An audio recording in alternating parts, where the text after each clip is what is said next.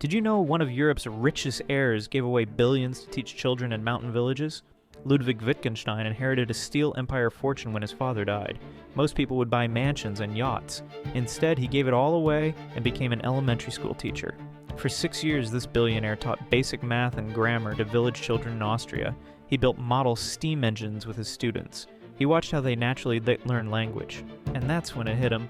Children don't learn words through definitions, they learn through using them. Meaning comes from action, not abstract ideas. This simple insight from watching kids revolutionize modern philosophy. When parents complained about his unconventional methods, he quit, but those years with children had changed everything. His masterpiece, Philosophical Investigations, solved problems philosophers had struggled with for centuries, all because he learned from the simplest minds. Sometimes the deepest wisdom doesn't come from books or theories. It comes from paying attention to what's right in front of you. The children were his greatest teachers.